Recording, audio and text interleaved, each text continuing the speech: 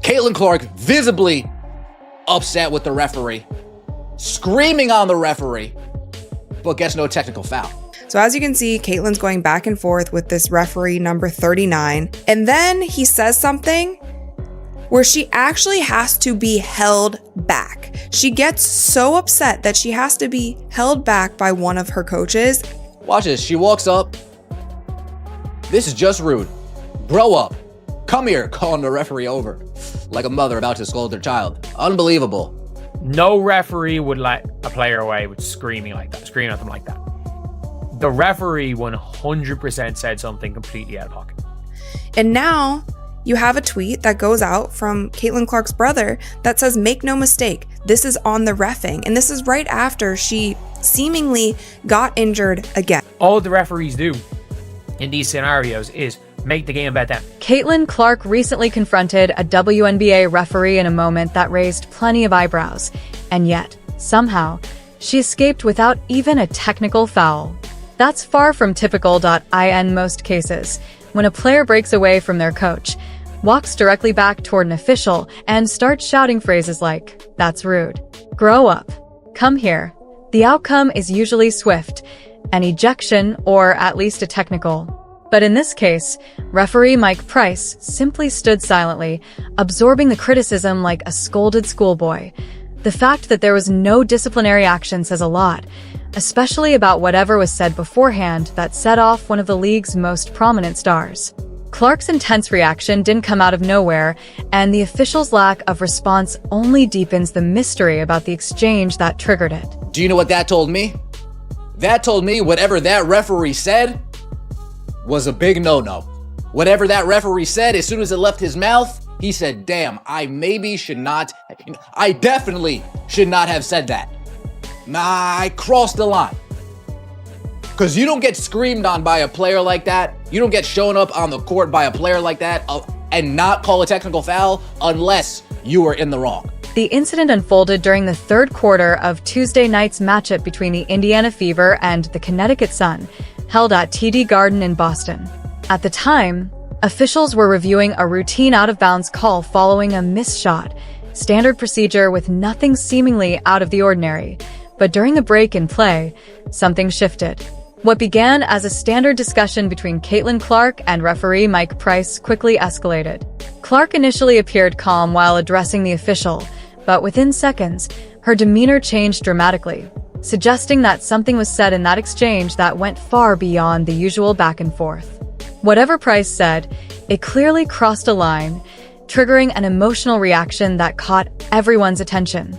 And as soon as the ref says that, he's walking away, and she loses it. She's absolutely losing it. Caitlin Clark had an interaction with the referee, and we still don't know what this referee actually said. If the ref said something crazy to Caitlin, and then Caitlin got teed up, immediately, he's probably like, immediately it's going to be rescinded. She says, I'll be calling, presumably the league, to report whatever was said. Whatever the referee said clearly struck a nerve. It was like a verbal slap, and Caitlin Clark's response was instant and intense. Moments like this raise bigger questions about how officials interact with players, especially when it involves the league's most high-profile athlete.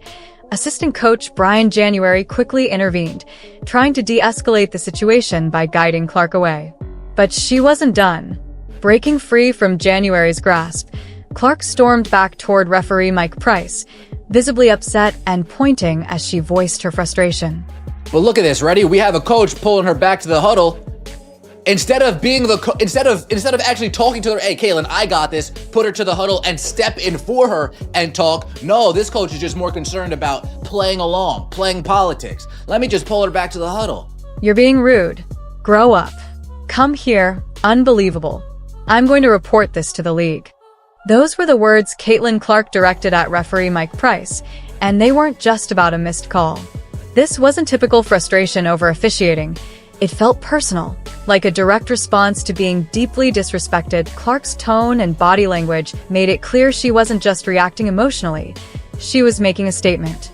She called the official over as if he were a child who needed to be corrected. And the most striking part? Nothing happened in return. Referee Price didn't issue a technical, didn't blow his whistle. He didn't respond at all.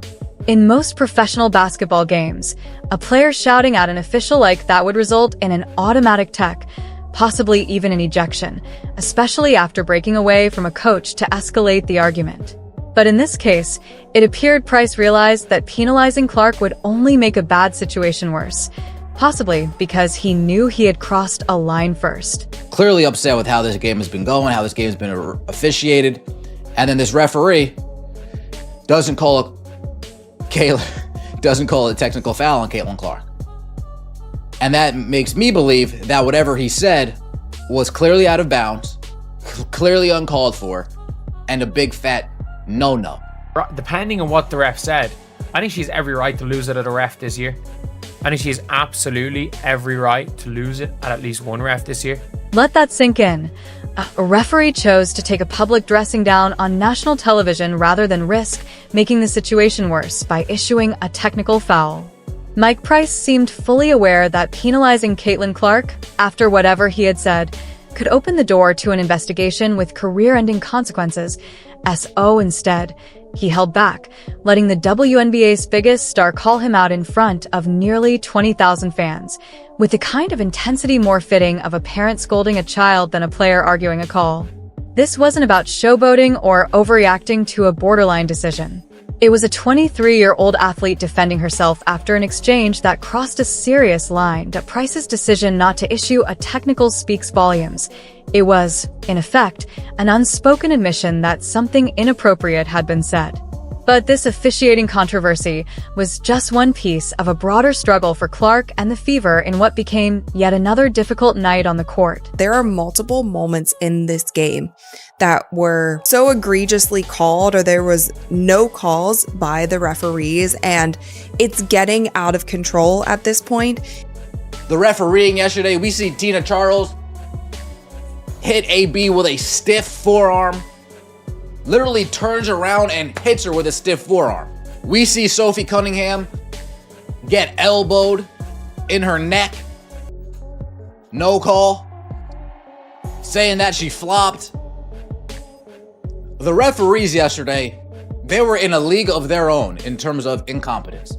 Despite walking away with an 85-77 victory, it was clear from the start that Caitlin Clark was feeling the wear and tear.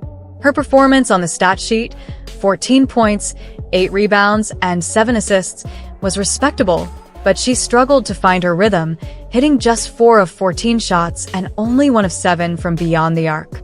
With every missed opportunity, the frustration was written all over her face. The Connecticut Sun, who came into the matchup with the league's worst record at 3-19, weren't playing like underdogs.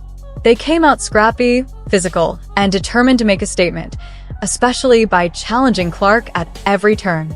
They pushed the boundaries of what the refs would tolerate, playing with an edge that bordered on reckless. Veteran forward Tina Charles was especially aggressive, throwing around her body with a level of physicality that felt more at home in a cage match than a basketball court. One particularly blatant shot to Aaliyah Boston's face somehow didn't result in a flagrant foul, sparking even more questions about how the game was being officiated. And then you can see Tina Charles just kind of swims around and then throws Aaliyah Boston to the ground, like punches down on her. And she's on the ground, and that was not called a flagrant one. That was called literally a common foul. Apparently, physical play is only a foul if you're not wearing a Connecticut Sun jersey. From the opening minutes, the referees made it clear they were going to let contact go, which naturally favored the more aggressive team. It felt less like a basketball game and more like a contact sport, with the officials content to swallow their whistles. Connecticut capitalized on the leniency. Clark was bumped on nearly every screen, hand-checked constantly, and met with physical resistance every time she touched the ball. Meanwhile, the officiating crew let it ride, creating a game environment where Clark had to fight for every call while her defenders pushed the limits without consequence. This type of inconsistency has plagued Clark's rookie season. One night, everything is called tight. The next, it's a free-for-all. That unpredictability has made it difficult for players and coaches alike to adjust game plans or anticipate how the game will be officiated. It's like playing a game of basketball roulette, except the house always wins, and Clark always seems to come up short. The Connecticut Sun, literally, they defended Caitlin one way the entire game, and the referees were biting their whistle. They were refusing to give up anything, and then in the fourth quarter, at the end of the game, they suddenly start calling everything, and that was a big factor in the game. Like, the referees were horrible. There's been so many things, so many players calling out the referees, so many players calling out the physicality, so many players getting injured this season, from superstars to players on the bench, from season-ending injuries to rib injuries to concussions. There have been just so many things, and it doesn't get better. The relentless physical toll on Caitlin Clark is beginning to take a visible toll. Late in the fourth quarter, just after delivering an assist to Kelsey Mitchell, Clark suddenly clutched her groin in clear discomfort. It appeared to be a recurrence of the same injury that had sidelined her earlier in the season, and this time, it seemed even more serious. Though she attempted to walk it off, her expression said everything. She was clearly in pain, but also emotionally drained. With just 39 seconds remaining and the Fever holding a 9-point lead, Clark was forced to leave the game. As she made her way to the bench, tears welled up, an unmistakable sign that this wasn't just about physical injury. IT was the culmination of everything: the unrelenting physicality, the questionable officiating, the inappropriate comments from those meant to enforce the rules, and the immense weight of being the face of a league that often feels more hostile than supportive. For Clark, it wasn't just a tough night. It was the breaking point of weeks, maybe months of pressure. Did you see last night Caitlin Clark holding her groin, digging her head in the stanchion in pain, tears coming to her eyes, all the emotion hitting her at once, whether it's mental exhaustion, frustration with another injury, feeling a pop in the groin, feeling something in the groin that you know isn't a good sign. But right now on the bench, after looking like she is in some pain. Seeing Caitlin Clark break down on the bench was truly heartbreaking for anyone familiar with the challenges she's faced this season. She's endured more controversy, criticism, and physical abuse than almost any second-year player in WNBA history. Each game brings a new set of hurdles, whether it's officials crossing the line with inappropriate remarks, opponents deliberately targeting her with aggressive plays, or the relentless pressure of being the face of women's basketball. At this point, Clark's talent and resilience seem unquestionable. She could probably solve world problems, and there would still be critics focusing on minor details. After the game, head coach Stephanie White confirmed that Clark was feeling discomfort in her groin and would be carefully assessed to determine the injury's severity. The timing couldn't be worse. With the reigning champions, the New York Liberty, scheduled to visit next, Clark's status remains uncertain. The Fever now face the daunting task of preparing to compete against one of the league's toughest teams, potentially without their star player. Kathy Engelbert doing nothing but talking about, oh, what if this player gets injured? What if this player gets injured? What if this... Well, now you have your wish, Kathy. Happy? She's injured. She's been injured all year. Not only is she injured, but now you got her breaking down on the court. Good job, Kathy. You really rocked it, sister.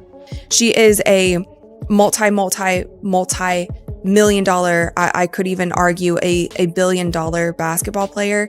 And so she needs the top of the line people just making sure that she is good. You don't want to see an injury like this escalate into something where it turns into something that's actually torn. And she is out for a whole year or more. Apparently, the basketball gods have a personal vendetta against Indiana this season. Caitlin Clark's groin injury, re-aggravated during Tuesday's game, is particularly concerning because it's the same injury that sidelined her for 5 games earlier this year. Groin injuries are notoriously tricky to heal, especially when players return too soon. Clark's visible pain and tears suggest this setback could be more serious than initially revealed, threatening to keep her out during a critical stretch of the season. What's most frustrating is that Clark's injury didn't come from a fall or a hard bump. She simply made a pass and felt a sharp pop in her groin. This points to either a re-injury or compensation issues caused by the constant physical abuse she endures on the court. Opponents relentlessly target her, pushing the boundaries of legal contact, an issue compounded by inconsistent officiating that often favors the more physical teams. The referee incident involving Mike Price reveals an alarming pattern. Male NBA stars frequently engage in heated exchanges with officials, But those conversations usually respect unspoken boundaries. What Price said to Clark crossed every professional line, so much so that he couldn't even justify his words afterward. Clark's threat to report the incident to the league underscores how serious the situation was. Such threats aren't made over routine calls. They come when officials cross into personal, inappropriate territory. Price's decision not to call a technical foul on Clark was essentially an admission of guilt. Officials don't allow players to openly yell at them without consequence unless they realize that punishing the player would only draw more attention to their own misconduct. His silence was a tacit acknowledgement that what he said was unacceptable and that further punishment could trigger an investigation, potentially ending his career. This incident sets a dangerous precedent. If officials believe they can verbally mistreat Clark with no repercussions, it opens the door for ongoing disrespect and poor treatment. The WNBA must act immediately to investigate and send a firm message. Player mistreatment by referees will not be tolerated. The broader officiating inconsistencies threaten the league's credibility and the well-being of its stars. Clark shouldn't have to battle referees on top of physical targeting from opponents, media scrutiny, and the immense pressure of carrying the sport's popularity. Incompetent and unprofessional officiating only intensifies this burden, pushing even the toughest players to their limits. That Clark's emotional breakdown wasn't just about her injury. It was the result of cumulative disrespect from those who are supposed to be neutral arbiters. The league is at a crossroads. Address these problems now, or risk losing their brightest star to preventable failings. Commissioner Kathy Engelbert and the league office have a clear opportunity to enact meaningful reform in referee training, evaluation, and accountability. But will they? Given past patterns, it's more likely we'll see vague statements and empty promises rather than decisive action. The stakes are high. With All-Star Weekend approaching, and Clark named captain, the league's flagship event could suffer without its biggest star. Fans, broadcasters, and sponsors all have a vested interest in seeing her healthy and respected on the court. Officiating problems also impact upcoming collective bargaining agreement negotiations. Players will rightly demand better protections if they continue to face verbal abuse and physical targeting without adequate league support.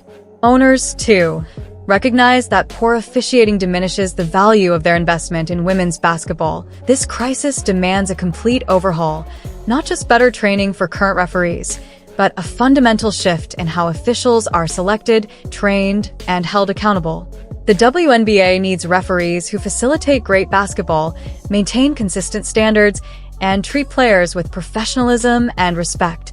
Above all, the league must make it crystal clear: verbal mistreatment of players by officials will not be tolerated under any circumstances. The future of women's basketball depends on it.